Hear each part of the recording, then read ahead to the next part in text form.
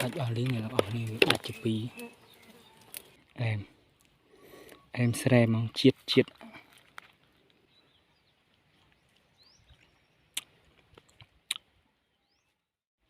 សួស្តីសូមស្វាគមន៍មកកាន់វីដេអូយកឃ្មុំរបស់ខ្ញុំទៀតហើយដូចអ្នកទាំងអស់គ្នាបានឃើញពីក្បាលវីដេអូមុនមិញហ្នឹងគឺខ្ញុំធ្វើការទៅយកឃ្មុំផ្លិតដើម្បីកុំឲ្យខាត់ពេលយូរតោះទៅតាមដានពីសកម្មភាពការយកឃ្មុំរបស់ខ្ញុំទាំងអស់គ្នាបន្ទាប់ពីបាយថ្ងៃត្រង់រួចខ្ញុំក៏ឆ្លៀតពេលដើម្បីដើរមើលជុំវិញចង្ការហើយដើរយើងក៏ប្រទះឃើញឃ្មុំផ្លិតមួយសបុកអ្នកទាំងអស់គ្នាហើយខ្ញុំក៏មិនបងអង្គយូរដែរគឺយើងចាប់ដើមធ្វើការយកវាតែម្ដងអ្នកទាំងអស់គ្នាតាមពិតទៅឃ្មុំផ្លិតអត់ពិបាកក្នុងការរកតែបើសិនជាយើងដឹងពីវិធីមើលវាតាមបទពិសោធន៍របស់ខ្ញុំផ្ទាល់គឺខ្ញុំច្រើនតែដើររកឃ្មុំផ្លិតហ្នឹងគឺនៅតាមព្រៃស្ដុកហើយនៅតាមព្រៃដែលស្រោងអ្នកទាំងអស់គ្នាព្រៃដែលមានស្លឹកឈើក៏ដូចជាមែកឈើងាប់នៅពីលើហើយឃ្មុំវានៅ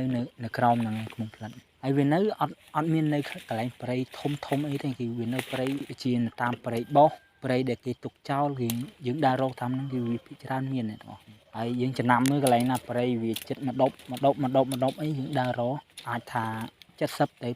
80%វានៅតាមហ្នឹងហើយមួយទៀតអ្នកទាំងអស់គ្នាឃ្មុំផ្លិតខែដែលសបោច្រើនជាងគេហ្នឹងគឺក្នុងអំឡុងពេលពាក់កណ្ដាលខែ4ឡើងនិងពាក់កណ្ដាលខែ5ចុះគឺយើងដើររកខែហ្នឹងគឺវាពេញទឹកអញ្ចឹងបកមកកាន់វីដេអូរបស់យើងវិញបន្ទាប់ពីខ្ញុំបានទៅមើលឃ្មុំរួចហើយអញ្ចឹងខ្ញុំក៏ចាប់ផ្ដើមរៀបចំធ្វើគប់ហើយចំពោះការធ្វើគប់គឺយើងធ្វើតាមវិធីដដែលអ្នកទាំងអស់គ្នាគឺយើងកាប់ស្លឹកឈើស្រស់និងស្លឹកឈើក្រៀមដើម្បីមកចងគប់គ្នា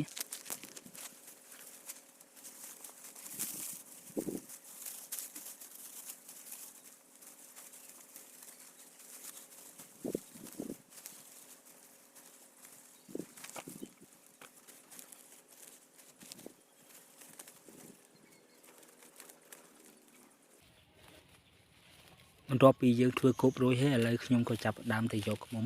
ហើយតោះទៅតាមដានការយកឃ្មុំរបស់ខ្ញុំជាមួយគ្នា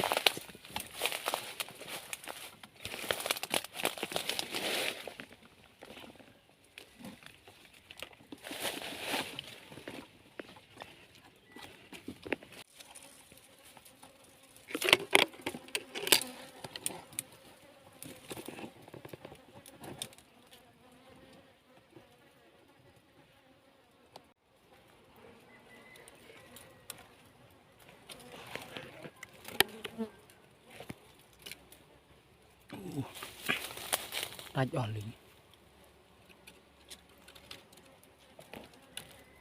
់អស់លីងអ្នកទាំងអស់គ្នាវាដាច់ជាពីរ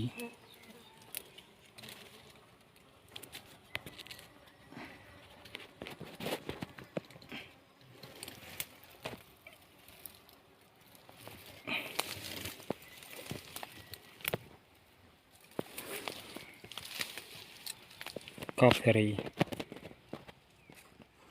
ទឹកក្រៀងច្រើនណាស់អ្នកទាំងអស់គ្នាហើយយើងហ្នឹង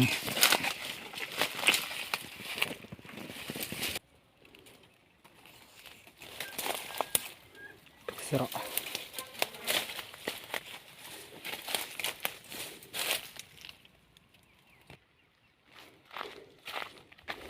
ដាច់ទៅពីរហ្មង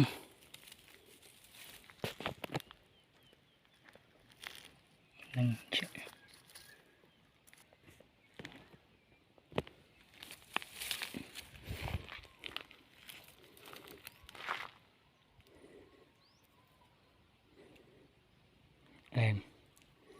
អែមស្រែហ្មងជាតិ